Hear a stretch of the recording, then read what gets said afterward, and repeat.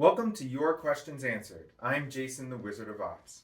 In each episode, I will answer one of your questions about Volland, my option dealer positioning dashboard. Dark Matter asks, can you help point us in the direction of how to use the data for swing ideas? Sure. First, we need to internalize that the dealer's goal is to be risk neutral. They are not making money from a market thesis. That is how you are making money. And that disconnect is the edge. The difference is that they are quantifiably hedging and must be completely hedged by the end of the day. So to be able to anticipate what they are going to do is crucial to your trade planning. So when I swing trade a stock, I first look at charm. Which direction will dealers be pushing this stock over the next month in particular? Negative aggregate charm will push to the upside and positive to the downside.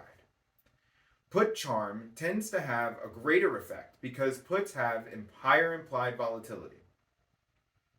Next, I think about implied volatility. Do I think it will go up or down more than expected?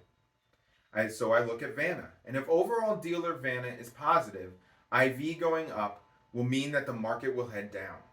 If negative, the opposite is true. Call Vanna above the market tends to have stronger impact because calls have a lower IV and move more when we head down. Finally, once I have my thesis, I look at gamma and see what strikes could be the support or resistance. This gives me my entry points, my stops, where I will buy or sell my option or spread, and my hedging regions. Gamma turns my thesis into a trade and a trade plan. Join my Discord group and ask any questions you may have about Volland. I may select yours to answer in my next video. Thank you for watching this video, and may Volland help you find success in your trading path.